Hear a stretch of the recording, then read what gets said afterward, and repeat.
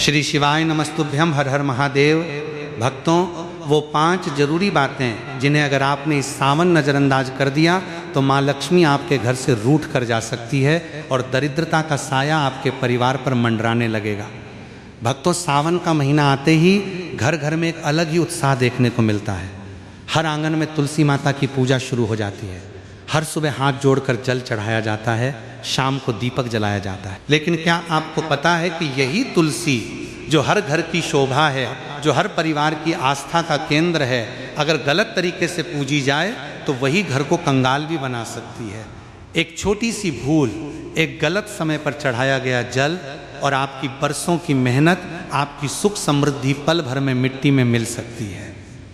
भक्तों, जरा सोचिए, अगर आपकी कोई सच्ची सेवा, कोई अच्छी नीयत वाला काम गलत तरीके से किया जाए तो क्या उसका पूरा फल मिल पाएगा? बिल्कुल।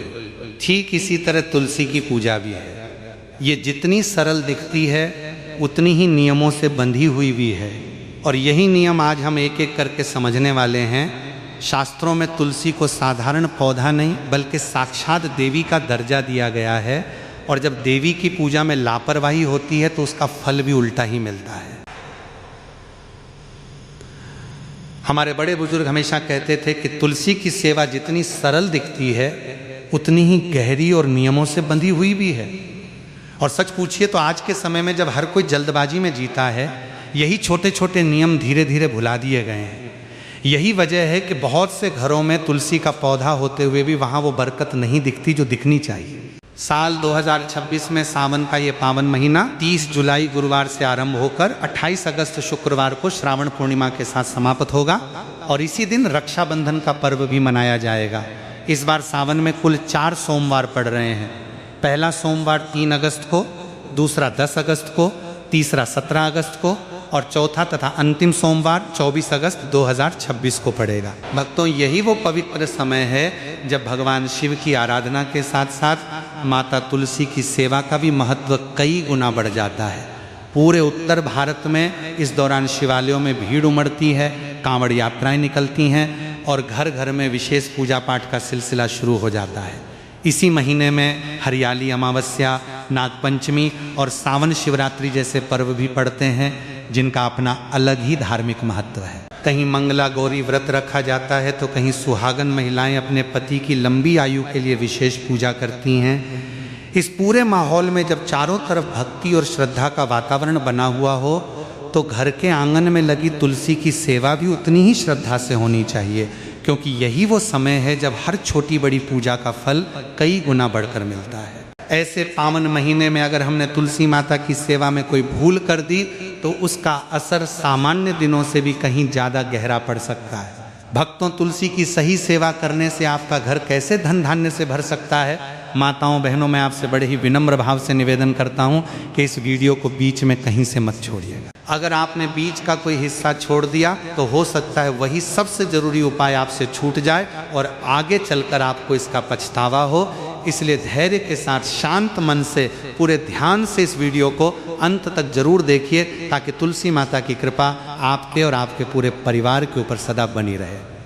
भक्तों, इससे पहले कि हम आगे बढ़ें, एक छोटी सी बात आपसे साझा करना चाहता हूँ। अक्सर लोग पूछते हैं कि आखिर घर में कौन सी तुलसी लगानी चाहिए, क्योंकि बाजार में तुलसी की कई किस्में मिलती हैं। हमारी परंपरा में मुख्य रूप से 2 तरह की तुलसी का जिक्र मिलता है।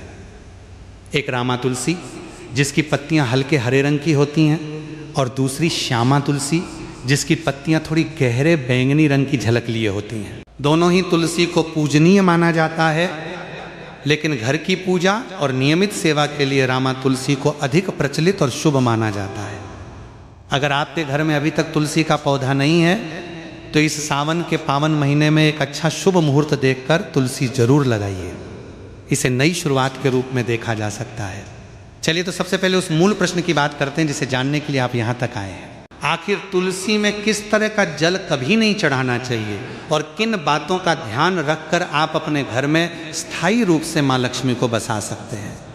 शास्त्रों में ये बात बार बार दोहराई गई है कि जिस घर के आंगन में तुलसी का हरा भरा पौधा लहलाता है वहाँ साक्षात माँ लक्ष्मी स्वयं वास करती हैं। ये कोई साधारण कहावत भर नहीं है, बल्कि सदियों से चली आ रही एक गहरी आस्था है, जिसे हमारे पूर्वज पीढ़ी दर पीढ़ी आगे बढ़ाते आए। जो परिवार तुलसी की सेवा पूरी श्रद्धा और सही विधि से करता है, उस परिवार पर धन की देवी की कृपा हमेशा बनी रहती है, वहाँ किसी भी तरह की कमी नहीं आती। लेकिन ध्यान रखिए भक्तों, जहाँ श्रद्धा के साथ सही नियम भी जरूरी है, वहीं अनजाने में की गई एक भी भूल इस कृपा को क्रोध में बदल सकती है। इसीलिए आज हम एक एक करके हर उस नियम को समझेंगे जिससे आपकी तुलसी सेवा पूर्ण और फलदायी बने। अब सबसे पहली और सबसे जरूरी बात, तुलसी में जल चढ़ाने का सही समय क्या है। कई माताएं और बहनें सुबह उठते ही बिना स्नान किए या फिर देर दोपहर में जब भी थोड़ा समय मिल जाए तुलसी को जल दे देती हैं।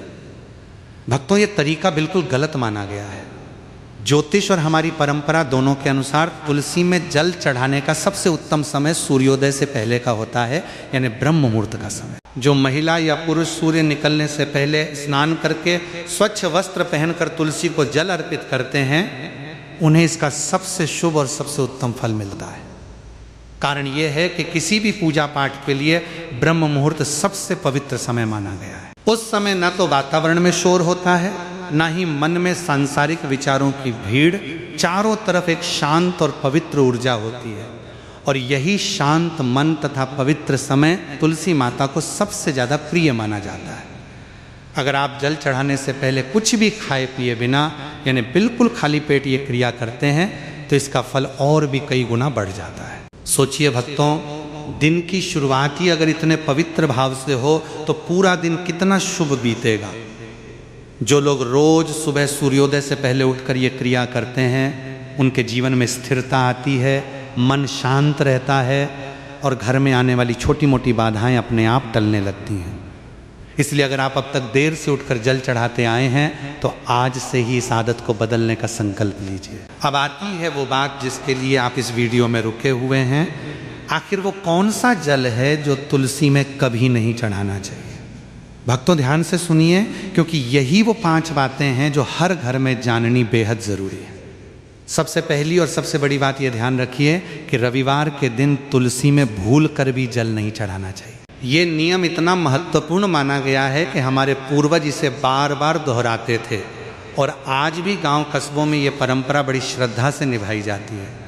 मान्यता है कि रविवार के दिन माता तुलसी स्वयं एकादशी जैसे व्रत की स्थिति में होती हैं और इस दिन उनकी जड़ में जल डालने से उनकी साधना भंग हो जाती है, जिससे वे रुष्ट हो जाती हैं। इसी तरह रविवार को तुलसी के पत्ते तोड़ना भी वर्जित माना गया है। इसलिए अगर आपको पूजा के लिए तुलसी पत्र चाहिए तो उन्हें एक दिन पहले ही, यानी शनिवार को तोड़कर संभाल कर रख लीजिए। लेकिन रविवार की सुबह भूल कर भी तुलसी के पास कैंची या नाखून लेकर मत जाइए। दूसरी बड़ी बात, जब तक आप स्वयं स्नान ना कर लें तब तक तुलसी को जल कभी नहीं देना चाहिए। शास्त्रों की मान्यता है कि तुलसी को अशुद्ध अवस्था में जल चढ़ाना उनका अनादर करने जैसा है, क्योंकि तुलसी की पूजा शुद्धता की मांग करती है।